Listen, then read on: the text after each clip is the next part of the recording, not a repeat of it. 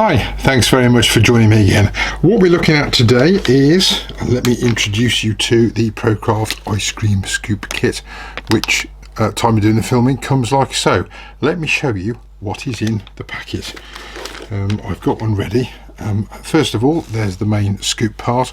It has an M8 thread, and we have, like quite a lot of our bottle stoppers and a few other kits, a wood insert screw that fits on like so. Like that. And for the other end we have a rather nice little chrome, come on camera, you can do it, you know, you not me, look at that, focus on that, you won't, will you? Right, okay, I'll hold it there, looks like it's in focus.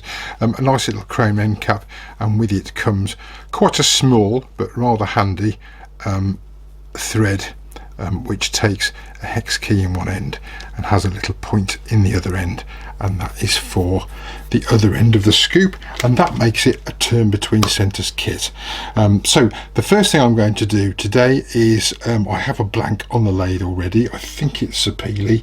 It is, going from memory, 30mm square, 150mm long. It might be a bit too long, but anyway, I'm going to point the camera away from me, thank God they all cry, at the lathe and the bit of wood, and we'll go through the process. It's pretty simple, but we'll show you how it's done anyway. So the first thing I've done is I've marked the centre of both ends of the blank, and I've managed to fit this in my pen jaws up here. It's not too big a blank, and I'm just going to use a centre finder that I've got in here just to mark the centre of the blank before we drill.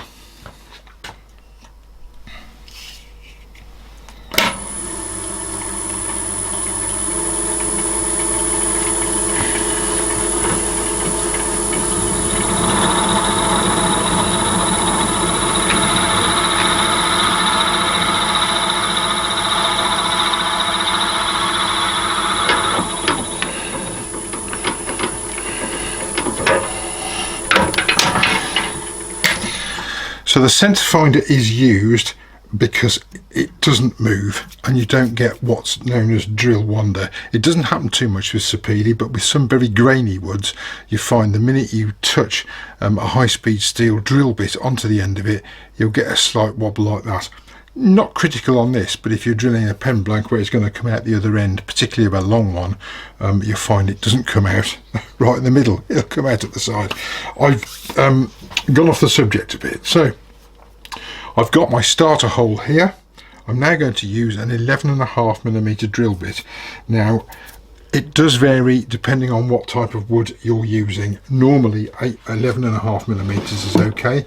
Softer woods you might get away with 11, maybe 10.5. I've even used 10 before now, but certainly 11.5 is the largest. And I better go and get one.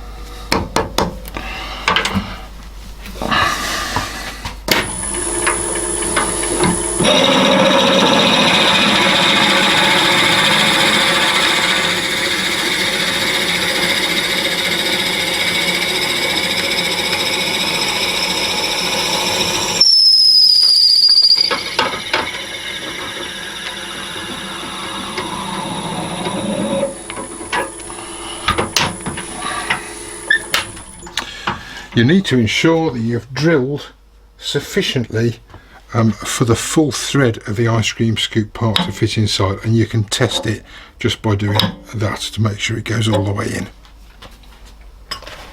Next I'm going to use a countersink because we don't want the little lip on the insert screw to be sticking proud of the wood. It needs to be flush with the end of the wood.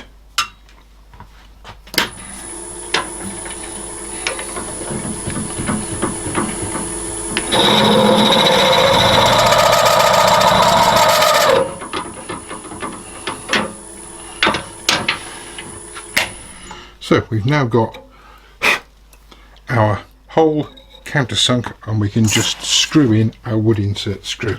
There's a variety of ways you can do this. I'm not going to cover that now. I am going to just screw this in here and watch it to make sure it goes in level.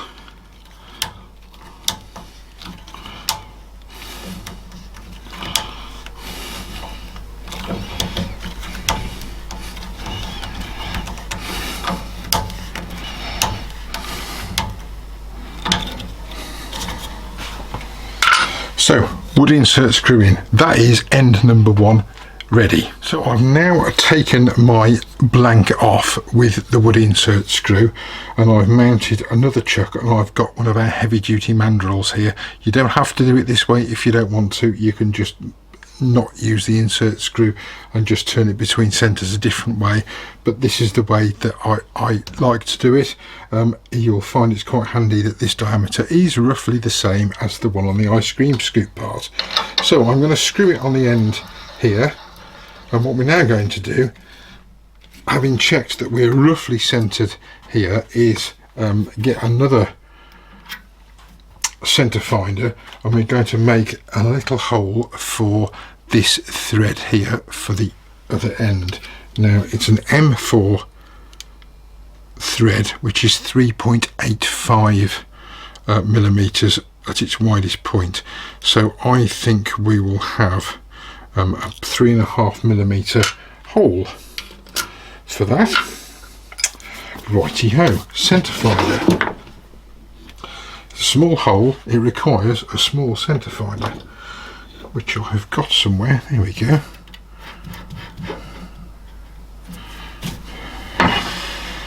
And we'll just see if I'm in the centre. It is pretty much in the centre of that.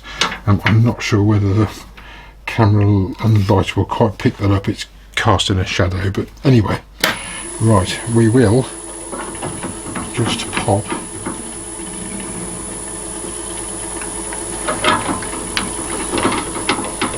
there,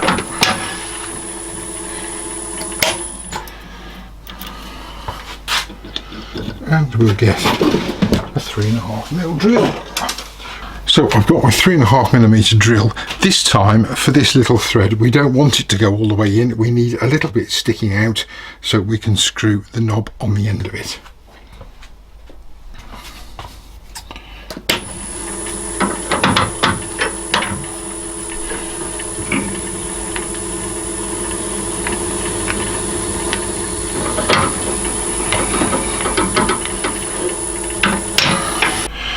Now the end cap has a base here of roughly 12mm. I could, if I wanted to, put a rebate in of 12mm and actually inset that inside. To be honest, they're chromed all the way over, so I'm not going to do that. I'm going to leave that on the outside. I'm just going to be conscious of the fact that it is 12mm in diameter when I turn it. But pretty much it's now ready for turning. I can get rid of my drill, I can bring up my live centre, and we're just going to turn this handle and finish it, and then just assemble the kit. It's pretty straightforward.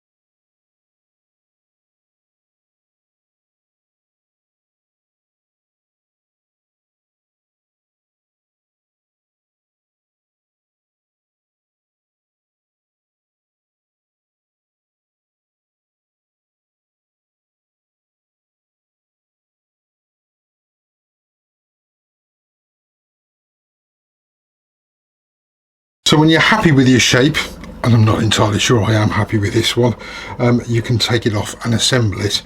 What you can also do, because it's turned between centres, is if at any point you want to take it off, adjust the length, re-drill something, you can do that as well. It comes off pretty easily, like so, and eventually it comes off. You can make a variety of adjustments and pop it back on again if you want to, and do a bit more turning or finishing. I'm just going to pop a little bit of finish on this now. There we go.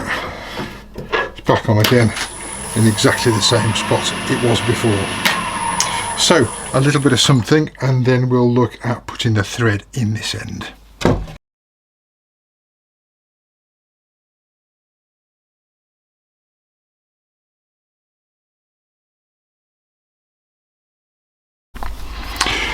So once you've got your handle as you're happy with it, we can take off this end, and making sure not to ruin your, knock off your finish. Now look at putting the little grub screw in the end. For this you will need a 2mm hex key, which is quite small. And basically I'm going to use the lathe to turn it because that's much easier. Just going to turn that, and then I'll move it out of the way so you can see me turning it in. So it's got a hex end, so if you need to remove it at any point you can do, and that's quite nice and firm in there. And the only thing left for me to do now, I've lost my knob. Oh, there we go. Right, so that's one end of the kit done. And all we need to do now is unscrew off the mandrel and screw on